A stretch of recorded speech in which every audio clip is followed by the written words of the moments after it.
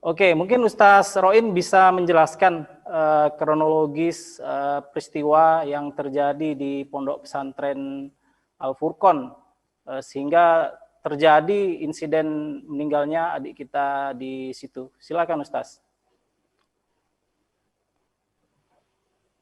Baik, terima kasih. Assalamualaikum warahmatullahi wabarakatuh.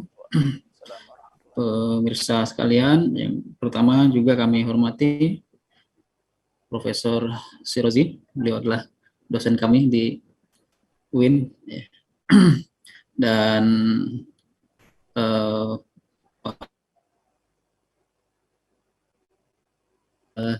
dari Tribun ya yang kami hormati. Baik, kami sampaikan yang pertama terima kasih atas kami bisa diberi waktu untuk sekaligus menjelaskan secara gamblang apa sebenarnya yang terjadi di Al Furqon ya, karena memang pemberitaannya luar biasa dan kami juga sangat terkejut dengan pemberitaan itu keliru ya, karena yang dihubungi juga bukan orang Al Furqon sehingga beritanya juga kurang valid ya. Dan alhamdulillah pemberitaan yang terkait itu sudah meralat ya beritanya. Yang pertama tentu kami keluarga besar Al Furqon menyampaikan duka cita yang sedalam-dalamnya kepada keluarga dari Ananda KLA ya, yang diduga meninggal karena kasus penganiayaan oleh seniornya.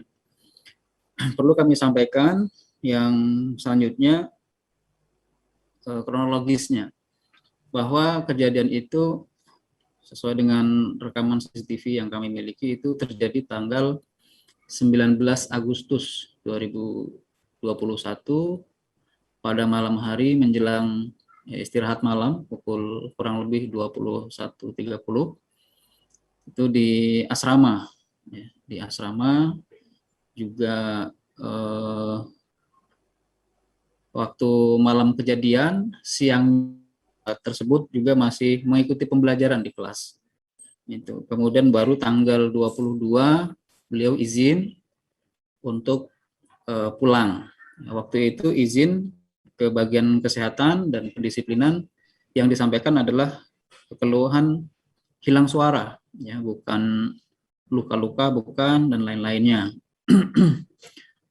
Kemudian sampai dengan tanggal 30 itu tidak kembali ke pesantren. Yang datang tanggal 30 itu walinya menyampaikan bahwa si Ananda KLA ini tidak mau kembali ke pesantren dan mengundurkan diri begitu.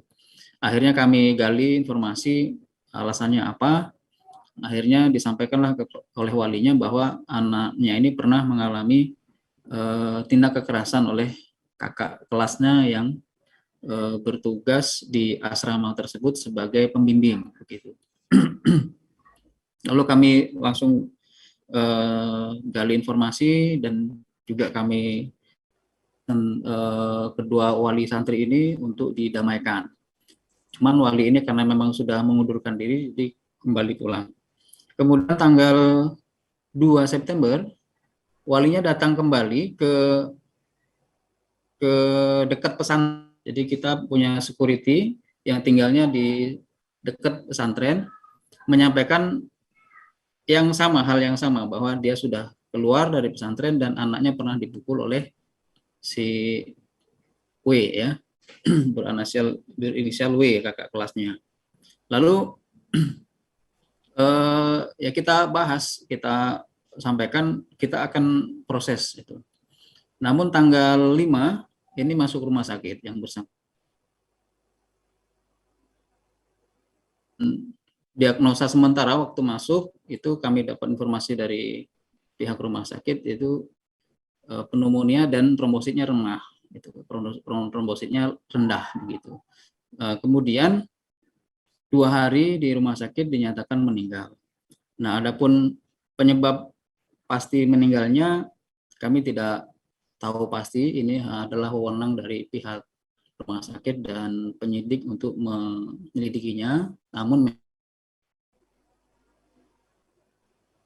akui ya, karena kami juga sudah mengantisipasi ya, kejadian semacam ini kita sudah lama pasang alat pengaman, diantaranya adalah CCTV, pengawasan dari guru, setiap asrama ada 2 guru begitu, dan ada peraturan yang jelas bahwa tidak ada tindak pemukulan berbentuk apapun, seluruh hukuman sudah ditentukan, ya. Tidak ada yang berbentuk fisik. Namun demikian, ya ini sekali lagi musibah, ya, yang terjadi, ya, dan kita sudah buka Polres, ya, yang salah ya diadili seadil-adilnya, ya. Kemudian kepada keluarga korban kami sangat berduka cita, ya, kami juga sudah takziah ke rumah beliau, dan alhamdulillah kedua orang tuanya ya dengan kita sangat kooperatif, ya. Mereka juga senang dengan apa yang kita lakukan, ya, tindakan yang kita ambil begitu. Nah, mungkin untuk sementara itu dulu informasi yang terjadi dan saat ini sedang ditangani oleh pihak Polres Kota Prabu Muli. Jangan lupa subscribe, share, komen, dan like ya.